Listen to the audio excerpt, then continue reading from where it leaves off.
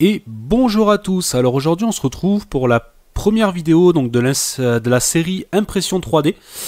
Donc comme je vous avais dit, j'allais vous faire donc des vidéos sur l'impression 3D, mais vraiment en mode débutant.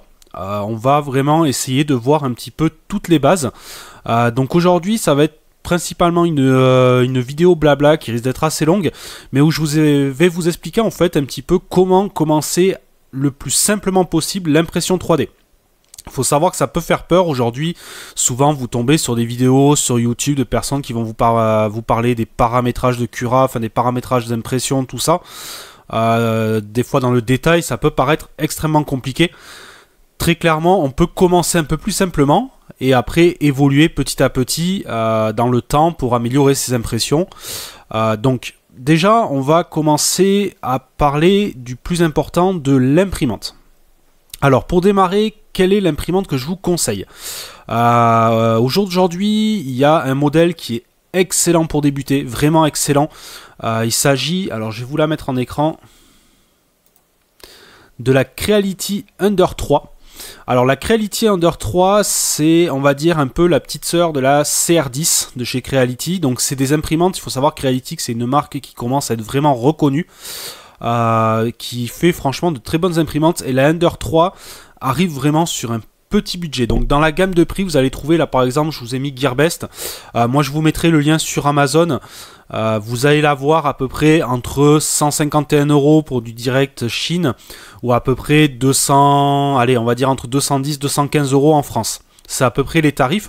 Elle est vendue sous plusieurs marques. Moi, je vous mettrai le lien, je pense. Je crois que c'est Ictop qui le fait. Il y a Cobgro, mais ça reste, on va dire, la même base d'impression, même si c'est vendu sous d'autres marques.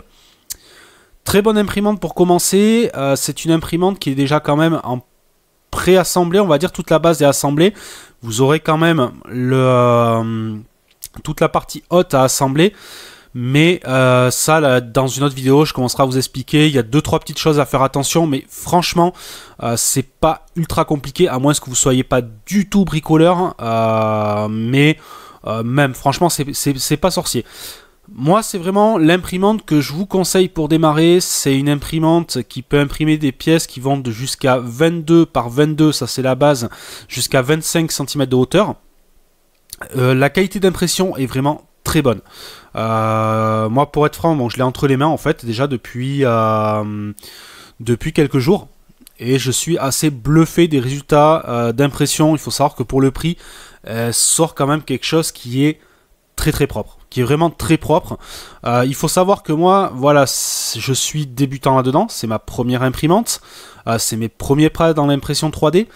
C'est pour ça aussi que je voulais donc tout simplement vous faire des vidéos vraiment en mode débutant, voilà, parce que c'est pas forcément clair sur tout ce qu'on va trouver. On va trouver énormément de chaînes qui sont mis sur l'impression 3D, qui font de très bonnes vidéos, mais des fois voilà, on manque un petit peu pour vraiment le débutant. C'est pour ça que voilà, on va essayer d'y aller un petit peu par étapes. Aujourd'hui, on va introduire un petit peu tout ça. Donc, comme je vous dis, le choix de l'imprimante, pour moi, c'est l'Ender 3 sans hésitation. Je suis pas du tout payé par la marque, j'ai pas du tout été financé par la marque pour recevoir mon imprimante. Mon imprimante, elle a été payée, comme je vous l'avais dit dans une vidéo, en partie grâce aux vidéos YouTube. J'avais lancé après un petit supplément YouTube. Bon, pour l'instant c'est un petit peu timide. Il faut savoir que ça reste quand même d'actualité pour tout ce qui est acheter le PLA, tout ça. Mais voilà, c'est en grande partie ça a été un financement personnel, donc je suis pas du tout payé par cette marque là. Mais au jour d'aujourd'hui, il faut être franc, dans le rapport qualité-prix, vous trouverez pas mieux. Vous trouverez pas mieux. Les autres qui étaient dans ces gammes de prix, c'est tout ce qui est A-net, A8, tout ça. Le problème qu'il va y avoir, c'est qu'elles sont plus compliquées à utiliser, et les résultats d'impression, je trouve qu'ils sont légèrement en dessous. Celle-ci, franchement, j'ai été bluffé de ce que ça pouvait sortir. Donc, l'imprimante, c'est une chose. Une fois que vous allez avoir l'imprimante, il va vous falloir deux choses. Du PLA, donc c'est en fait les bobines de filament pour imprimer. Alors moi, ce que je vous conseille, c'est de débuter avec du PLA, c'est le plus facile à travailler. Enfin, pour moi, ça a été le plus facile, éviter l'ABS, tout ça pour commencer. Le PLA, pour vous donner un ordre d'idée, vous avez pas mal de bonnes marques, enfin de marques correctes, on va dire, qui sont pas forcément des marques réputées, mais pour l'instant avec lesquelles j'ai très bons résultats. Je vais vous en donner deux, c'est JTech, que vous allez trouver sur Amazon, et Strong Hero. Voilà, c'est deux marques que j'ai pu tester, et pour l'instant où j'ai aucun souci avec. Évitez par contre certaines marques sur Amazon, voilà, où ils vous vendent des packs par exemple avec une quinzaine de couleurs, avec des bobines, c'est des bobines de 5 mètres environ qui vous font un lot pas cher. Je l'ai testé et après bon, je suis peut-être mal tombé, mais déjà j'ai eu des soucis avec du PLA qui était trop humide et qui était cassant et qui arrivait déjà avec la bobine qui avait cassé à plusieurs endroits. Et en plus de ça, j'ai pas eu de très bons résultats d'impression avec. Que le JTech pour l'instant il est vraiment pas trop mal, et le Strong Hero pour l'instant c'est celui vraiment qui me donne les meilleurs résultats, et tout ça à un prix raisonnable. Vous le trouverez à 16,99€ le kilo. Pour vous donner un ordre d'idée, un kilo c'est 325 mètres. 325 mètres, vous verrez que la plupart des petites pièces que vous allez faire, elles vont tourner aux alentours des 5-10 mètres de fil pour des petites pièces. Donc vous allez voir que la consommation en PLA est pas énorme. Donc niveau budget déjà, voilà, on va parler un petit peu de ça. Je vais essayer de pas trop m'éparpiller dans la vidéo, même si ça va être difficile. Donc niveau budget, voilà, vous comptez l'imprimante, soit vous êtes patient et vous n'avez pas peur de la commande en Chine. Moi c'était pas mon cas. Je préfère commander en France ce genre d'appareil parce que bon, le transport, on sait pas trop ce qui peut arriver. Bon, même si quand je le commande sur Amazon, plus ou moins il a fait le même transport avant d'arriver chez Amazon. Mais voilà, moi j'ai préféré le prendre chez Amazon, un petit peu plus cher, mais voilà, je profite de tous mes avantages Amazon. Et surtout, je l'ai reçu assez rapidement. Moi, je l'ai payé 209€. Je vous mettrai le lien sur mon site comme d'habitude. Et donc voilà, donc déjà vous avez l'investissement de départ, et après prévoyez une bobine, voilà, comme je vous ai dit, soit du JTech, soit du Strong Hero. Vous comptez 17€ supplémentaires. Déjà là, vous avez tout ce qu'il faut pour imprimer. Il faut savoir que vous aurez un peu de fil fourni avec l'imprimante, mais vous n'irez pas bien loin. Donc franchement, prenez-vous une bobine. C'est comme ça, vous prenez une couleur que vous voulez, et commencez par ça.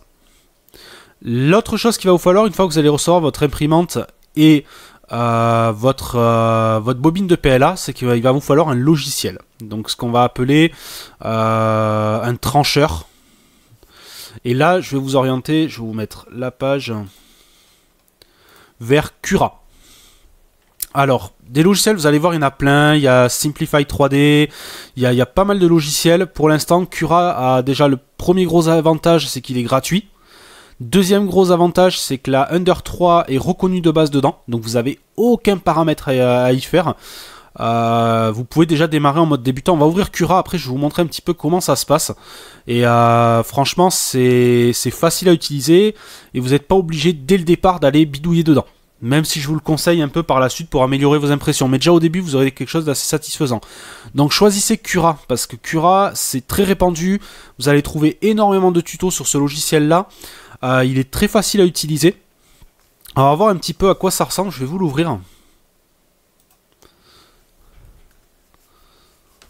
Et après, on fera quelques simulations. Vous allez voir, on va charger des pièces, on va voir, et on fera quelques simulations. Je vous montrerai déjà un peu les bases, au moins sur Cura. Aujourd'hui, on va voir vraiment toutes ces bases-là. Donc voilà, bon, c'est pas la toute dernière version, elle a 2-3 semaines cette version là. Après pour l'instant j'en ressens pas le besoin de la mettre à jour, ça se passe très bien avec, j'ai pas de soucis. Pour le moment j'ai pas eu à retoucher grand chose dessus. Moi je travaille en mode recommandé et ça se passe plutôt bien. Voilà, donc voilà Cura à quoi ça ressemble. Alors là on va virer de suite du mode expert. Paf, on va se remettre en mode personnalisé. La première chose que vous allez avoir à faire, il va vous le demander, c'est tout simplement d'aller sélectionner l'imprimante. Donc tout ça, ça va être dans le setup. Alors que je me trompe pas. Voilà, vous l'avez ici dans l'imprimante. Vous faites en fait ajouter une imprimante, mais il va vous le demander au départ à l'ouverture du logiciel. Et après, vous sélectionnez dans la liste la Creality Ender 3 étant reconnue. Une fois que vous avez fait ça, si vous ne voulez pas batailler au début, vous en restez à configuration recommandée. Et dans ces cas-là, vous avez réellement que 3 paramètres à vérifier. Le premier, c'est l'épaisseur d'impression. L'épaisseur, on va dire la résolution de l'impression. Moi, ce que je vous conseille, sur la Ender 3, le très bon rapport, c'est en 0,1. 006, on voit aussi franchement la différence, mais les temps d'impression sont monstrueusement longs. Donc moi je vous conseille ça, de rester en remplissage à 20% et de faire générer des supports automatiquement. Bon, ça vous verrez que ça risque de vous poser problème de temps en temps, parce que par défaut les supports sont assez grossiers, des fois ils peuvent poser problème sur quelques pièces.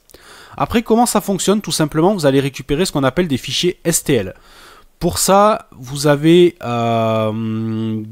plusieurs possibilités. Vous pouvez aller sur Thingiverse, qui est un des sites les plus connus. Sinon, vous pouvez trouver encore plus simplement, vous avez un moteur de recherche qui s'appelle Yegi. Alors, que je ne me trompe pas dans l'orthographe, normalement, c'est Y-E-G-G-I.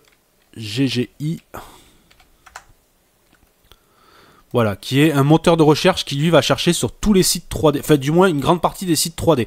Et vous allez pouvoir trouver déjà vos pièces. Vos pièces, quand vous allez les télécharger, par exemple sur Thingiverse, vous allez récupérer un point zip. Dedans, vous aurez un point STL qui sera dans le file. Alors, je vais essayer de vous en charger un. Tac. Alors, qu'est-ce qu'on pourrait prendre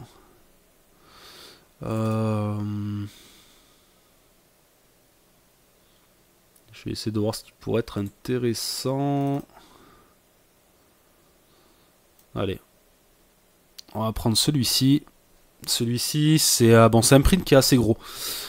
C'est pour ranger les cartouches de NES en fait. Voilà. Donc vous l'importez, il va apparaître.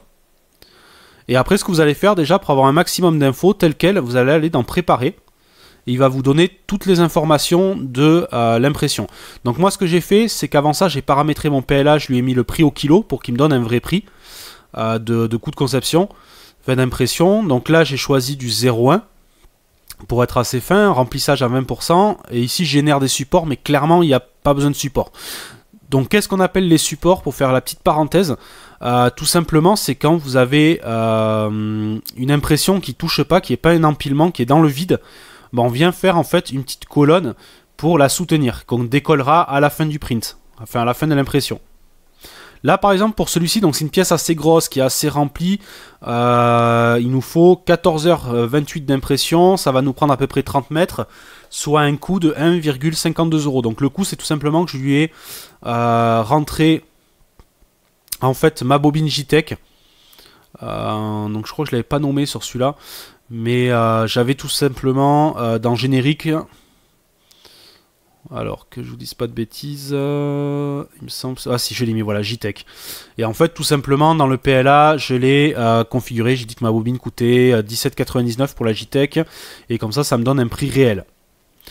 Donc clairement voilà, ce qui va vous donner comme info. Bon là c'est une grosse pièce, hein, il faut vraiment se mettre ça, c'est une grosse pièce, c'est normal que ce soit assez long, et ce qui va jouer sur le temps, ça va être surtout la résolution.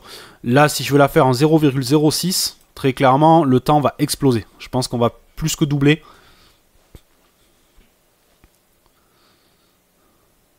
Voilà, 1 jour et 5 heures. Donc là, clairement, donc le coût changera pas. C'est juste que les couches seront fines, hein, mais le coût changera pas. On restera quand même sur la même longueur de fil, le même poids. Donc moi ce que je vous conseille c'est du 0,1. Vous allez voir que des petites pièces, je vais essayer de vous trouver une petite pièce pour vous montrer. Qu'est-ce que je pourrais avoir?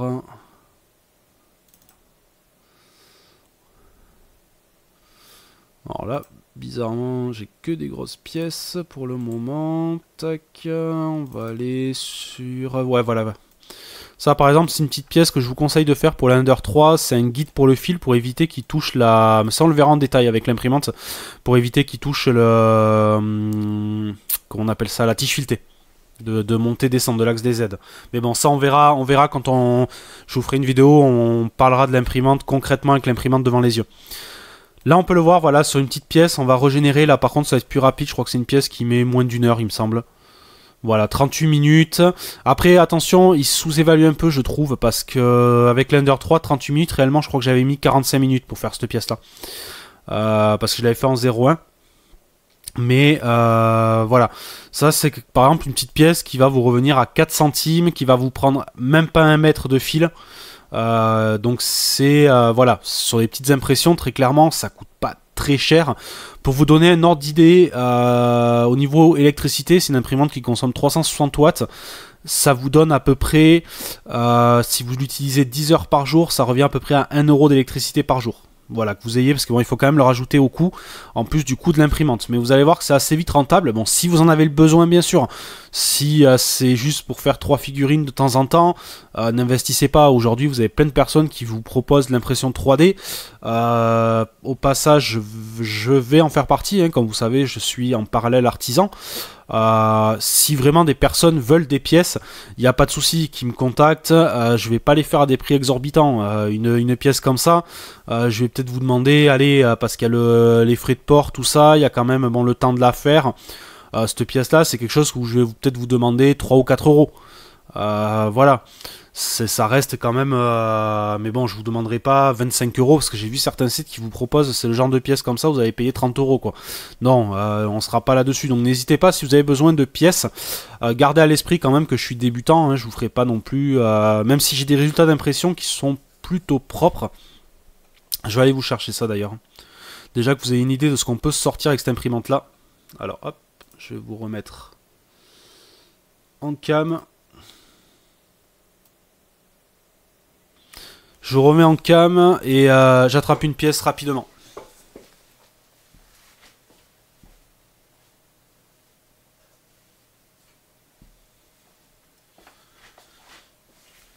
Voilà, donc exemple de pièce en fait tout simplement que j'ai modélisé moi, donc c'est pour la boutique, c'est tout simplement des petits porte-étiquettes pour les prix.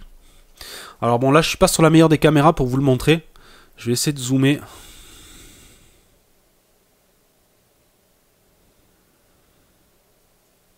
Alors je sais pas si on voit très bien, je suis pas très fort pour les focus, mais vous pouvez voir que c'est une pièce franchement qui est quasiment parfaitement lisse, c'est du 0,1 micron, là où on voit que c'est de l'impression 3D c'est en dessous. Alors je sais pas vraiment, j'ai un peu de mal à...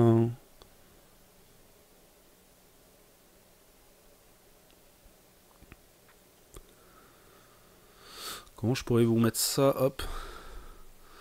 Et si je vous l'enferme un peu plus...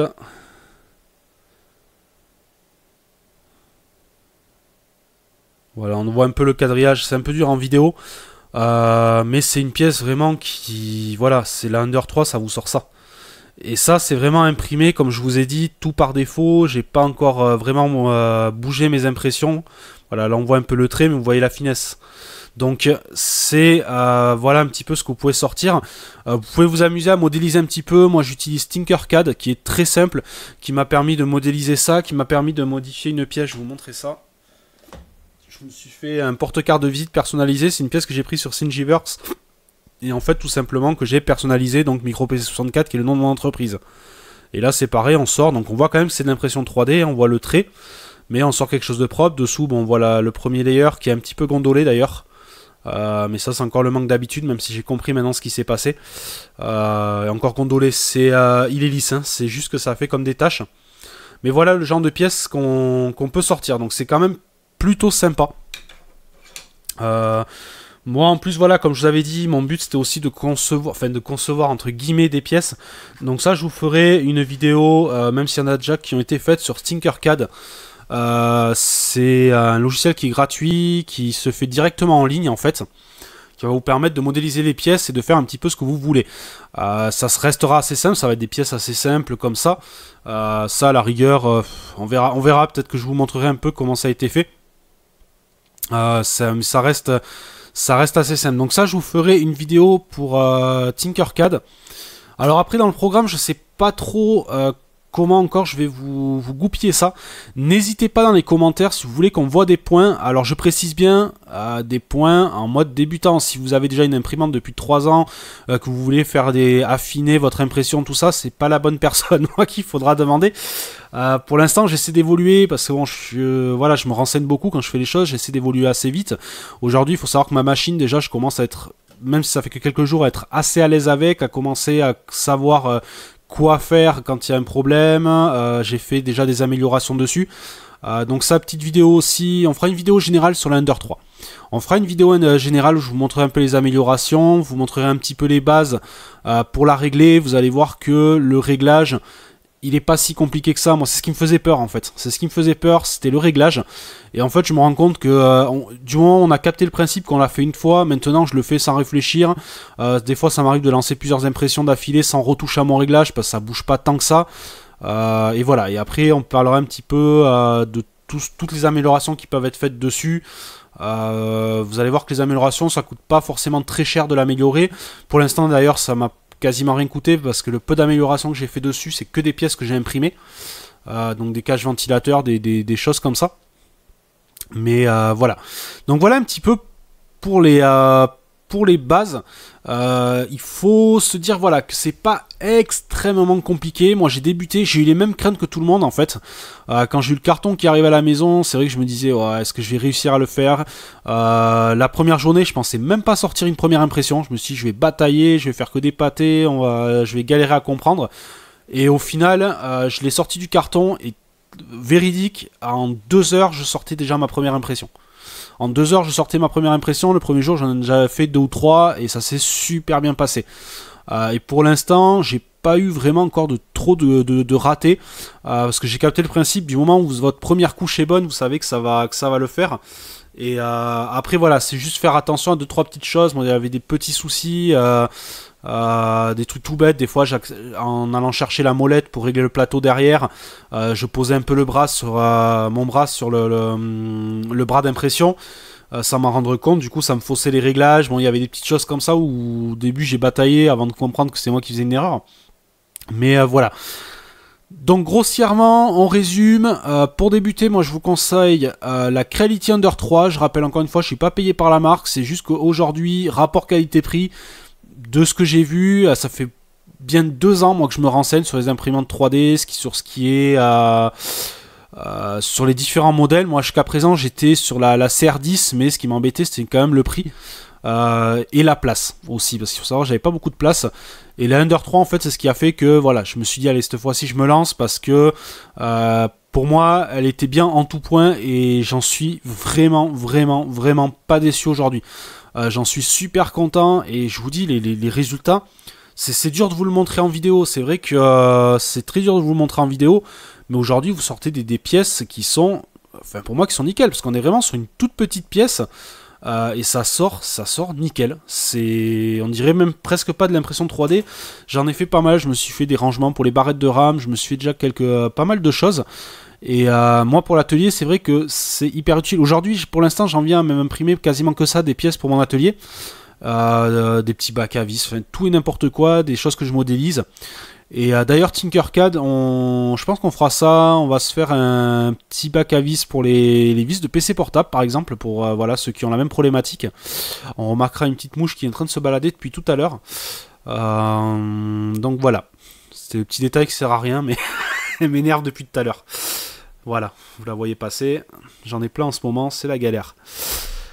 Bref, donc n'hésitez pas dans les commentaires pour me dire un petit peu ce que vous voulez voir en particulier, s'il y a des choses que vous n'avez pas vues en vidéo, en restant dans un niveau débutant, je le reprécise encore une fois. Voilà, donc au prochain coup quand on va parler de l'imprimante, on va parler un petit peu plus technique quand même. On parlera de différentes améliorations comme des tail smoothers, tout ça. Bon, sur la Under 3 je sais qu'il y en a plein qui vont dire que le tail smoother est inutile. Après moi c'est d'autres raisons qui font que je le fais, c'est une question de bruit. Il paraît quand même que qu'au niveau du bruit des moteurs ça atténue légèrement, et moi l'ayant juste derrière le bureau, c'est quelque chose qui est indispensable pour moi, même si ça touche pas le résultat d'impression. Donc voilà, on verra différentes choses comme ça. Pour l'instant on restera sur tout ce qui est PLA, le reste j'ai pas l'intention dans l'immédiat d'y toucher. Tout ce qui est ABS, déjà moi parce que c'est dans un bureau fermé et j'ai pas envie de m'intoxiquer. Tout ce qui est carbone parce qu'il faut avoir des buses spécifiques, mais on verra déjà voilà avec du PLA comment s'amuser. Vous allez voir que le PLA ça reste quand même une bonne matière, ça c'en est hein. Tout ça c'est imprimé avec du PLA. Pour l'instant ça fait des bonnes pièces, c'est pas des pièces qui vont prendre de la chaleur, qui vont prendre le soleil, tout ça, donc je devrais pas avoir de soucis avec. Et puis bon, de toute façon, même si dans 2 ans elle commence à changer de couleur ou autre, je vais vous dire c'est vite réimprimé hein. Ça me coûte que quelques centimes à faire. Le porte-carte il m'a coûté 50 centimes, donc voilà, c'est mais au jour d'aujourd'hui, moi, ce que je voulais, le petit plaisir, voilà, bon, je dessine très mal, hein, mais c'est que je suis parti de ça, un petit schéma fait à l'arrache sur un post-it devant la télé. Je suis passé par de la modélisation et j'ai eu ma pièce pour la boutique exactement comme je la voulais. Voilà, moi aujourd'hui, ce qui m'intéressait avec les pressions 3D, c'est partir d'une idée et arriver à un objet. C'est ça qui fait que je m'éclate aujourd'hui avec cette imprimante. Depuis que je l'ai, elle s'arrête quasiment jamais d'imprimer. Ça va faire bientôt une semaine que je l'ai. Je crois qu'à part la nuit où elle se repose, mais la journée, elle tourne tous les jours. Et on en fait des choses que j'aurais jamais pensé faire, style un pied à coulisses, des choses comme ça. Franchement, pour moi, par exemple, j'en ai pas beaucoup l'utilité. Un pied à coulisses, de temps en temps, ça me rend bien service. Mais clairement, de là en acheter un, ça m'embête parce que c'est rare que je m'en serve. Là, c'est vite fait. Il me coûte, je crois, 25 centimes à imprimer. Même pas d'ailleurs, je crois que c'est 20 centimes ou... Alors pourquoi s'emmerder quoi? Je sais que j'en ai besoin de temps en temps et surtout pour l'impression 3D, je vais en avoir besoin de temps en temps quand je modélise mes pièces. Et donc voilà. Allez, sur ce, moi je pense que je vais enchaîner avec la vidéo déjà sur Tinkercad. Je sais pas, après vous l'aurez posté, je pense dans la semaine. Et on va voir, on verra déjà un petit peu tout ça. Allez, sur ce, n'hésitez pas si vous avez des questions dans la description, dans les commentaires, pardon, pour la suite des vidéos, si vous voulez voir certains points, et on avancera ça. Je vous donne pas de programme. Comme vous le savez, moi je fais ça un petit peu à temps perdu, donc je vous donne pas le programme des prochaines vidéos. Ça pourra arriver dans une semaine, comme ça pourra arriver dans 2 jours, comme ça pourra arriver dans un mois. Vous commencez à être habitué, mais ça arrivera, ne vous inquiétez pas, c'est quelque chose que je fais pour le plaisir et j'ai envie de le partager en vidéo avec vous, en essayant de faire ça au plus simple. Donc voilà, allez, sur ce, moi je vous dis à une prochaine vidéo. Je pense que ça sera Tinkercad, parce que je vais le tourner en suivant tout simplement, parce que j'ai des pièces à faire dessus, donc je vais en profiter. Au pire des cas, je pense qu'il y aura peut-être une vidéo qui s'intercalera, on verra bien. Mais attendez-vous à ce que les prochaines vidéos de la chaîne soient assez typées 3D temporairement, hein. S'il y a d'autres vidéos qui viennent à me tomber au milieu sur les autres thèmes, je n'abandonne pas les autres thèmes. Il peut y avoir du rétro gaming qui revient, il peut y avoir du test matériel, il peut y avoir plein de choses qui... voilà, c'est selon ce qui rentre. Allez, sur ce, je vous dis à une prochaine vidéo. Ciao, ciao.